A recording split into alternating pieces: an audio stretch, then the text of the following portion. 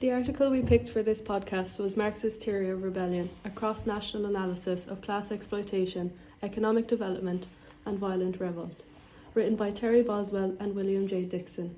We took this article from the American Sociological Review. This article examines Marx's theory of rebellion through a cross-national analysis, focusing on class exploitation, economic development, and violent revolt.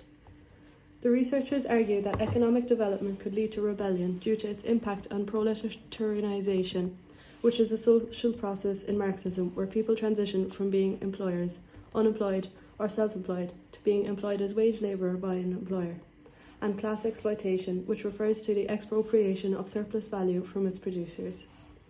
They develop a novel measure of class exploitation, use cross-national regression analysis to study violent rebellion in 61 countries. Their findings support Marx's expectation that class exploitation, especially during market crises, significantly influences the likelihood of rebellion. Contrary to the expectation that economic development reduces rebellion, the researchers found that it can actually foster revolt. This is because economic development often leads to proletarization, class exploitation, which in turn heightens the potential for rebellion. The study introduces a new measure of class exploitation, which is essential for understanding the dynamics of rebellion. The researcher argues that high levels of exploitation, especially during economic crises, significantly increase the likelihood of violent revolt. The findings support Marx's expectation that the effect of class exploitation on rebellion is conditioned by market crises. During such crises, the contradiction of capitalism becomes more apparent, leading to increased class struggle and potential for rebellion. By examining data from 61 countries, the researchers provide empirical support for Marx's theory. They show that class exploitation and economic development are significant predictors of violent rebellion, even when controlling for other factors like income inequality. This article reveals to us that we should not dismiss Marx's theory of rebellion. Marx predicted a positive affect in which economic development creates the industrial proletariat and conditions it for organisation. The authors Terry Boswell and William J. Dixon discuss a common critique of Marx's social theory. His prediction that proletarian revolts would happen in the most developed countries.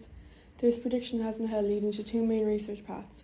One line of research focuses on why workers in advanced countries don't rebel, often pointing to factors like working class divisions, false consciousness, or compromise with democratic systems.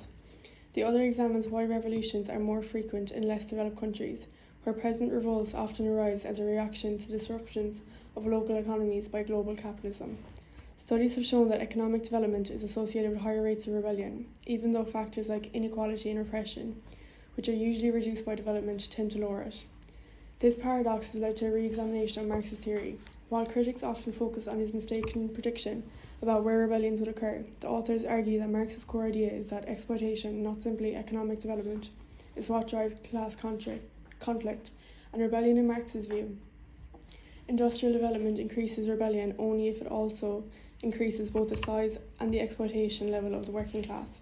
Boswell and Dixon's analysis effectively examines the connections between classical theory and contemporary scholarship, showing a strong critical understanding of how a classical theorist's ideas contribute to modern research. The authors not only highlight the relevance of Marx's concept of exploitation, but also adapt it to address current debates about rebellion and class conflict. By revisiting and reinterpreting Marx's theories within new contexts, such as the role of economic development in fostering rebellion, the analysis underscores how classical ideas continue to shape and deepen our understanding of social dynamics today. This approach demonstrates both the adaptability of classical theories and their enduring significance in contemporary scholarship. The authors conclude that it is premature to dismiss Marx's theory of rebellion, even with contemporary scientific evidence.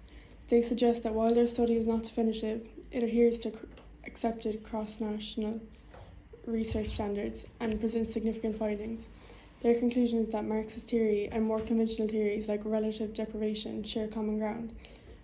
However, they also point out that Marx's interpretation focuses more on exploitation, which differs from the relative deprivation theory, which focuses on deprivation. They call for further research to redefine these distinctions.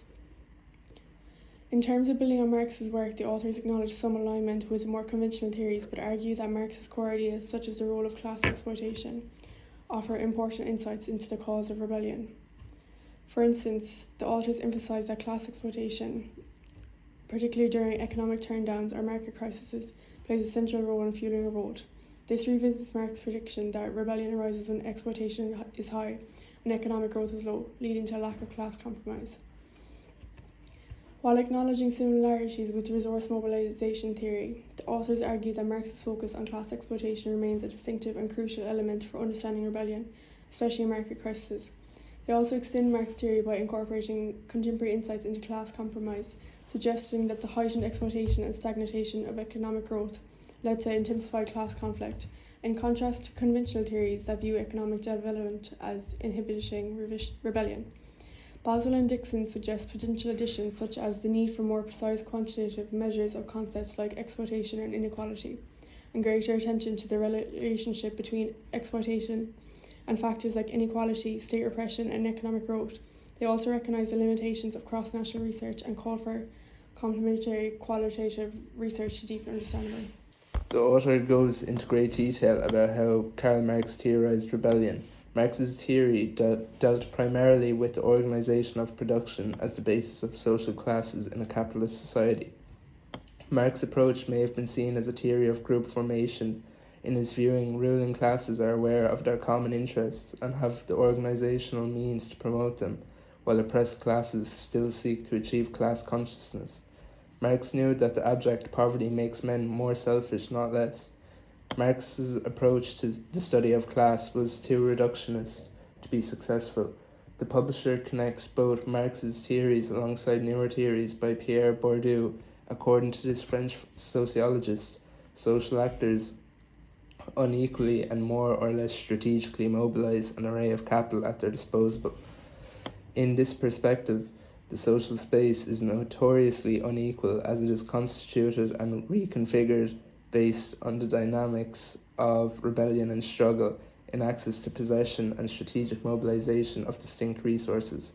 Thus, we are dealing with a space of structured relationships leveraged by dominant and subaltern social positions according to the type and magnitude of the appropriated and activated capital. The author connects these theories of both Marx and newer theories by comparing and contrasting them. The author seems to criticize Marx's views far more often than the newer theorists, but they try to find a middle ground between the perspective of Marx and other theorists. I think the author uses classical theories of Marx very effectively and coherently. They go into great detail on Marx's views on rebellion. The Marxist theory proposes a conflict perspective on society, asserting that social stratification arises from capitalist economic systems benefiting the ruling class, the bourgeoisie, while exploiting the working class, the proletarian. This, in my opinion, perfectly represents Marx's views on inequality and rebellion, and the analysis of Marx's overall theories are quite successfully and well interpreted. I don't think the author disregarded any of Marx's ideas as they went into great detail of all the different aspects of his work. However, I feel that the author didn't go into enough detail of the possible critiques of Marx's theories, such as that the working class will inevitably develop class consciousness and revolt, which has not occurred on a global scale as he predicted. The author did not once mention and skipped over the fact that this has not yet occurred. The author didn't argue that many see Marx's theories on rebellion as too simplistic, ignoring other sources of stratification such as gender, race, and mental health. The phrase analogous considerations implied suggests that similar factors or ideas should be taken into account when thinking about different social groups, including those defined by race, language, locality, or religion, economic class, or gender. The same kind of analysis should be applied to those other groups. In other words, when looking at issues like power, privilege, discrimination, or social status, the same principles can be used to understand how race, language, locality, and religion impact people differently. Just as with other status-based groups, this is the most racist brought up when speaking about rebellion, which is not near enough. Karl Marx's theory of rebellion is useful when discussing classical Marxism concepts to further elaborate, clarify, and slightly modify the analysis of rebellion. The author explained that Marx believed that proletariats' revolutionary possibilities lie in the awareness of their own exploitation. The author discusses that improving conscientiousness is crucial in social class, a mutual agreement of conditions and solidarity within the class. This initiative could be highlighted by investigating how various material conditions impact improving class conscientiousness in a precise national context. Marx explains that the working class must see their mutual affiliation to instigate a powerful revolt. Exploring the circumstances that encourage the class conscientiousness, for instance, media influence and economic structure, the results could initiate an explanation as to why rebellions differ between nations. Social divides and state ideology can indicate a lack of conscientiousness in the working class across nations. Revolutionary action stays at a decrease despite material exploitation.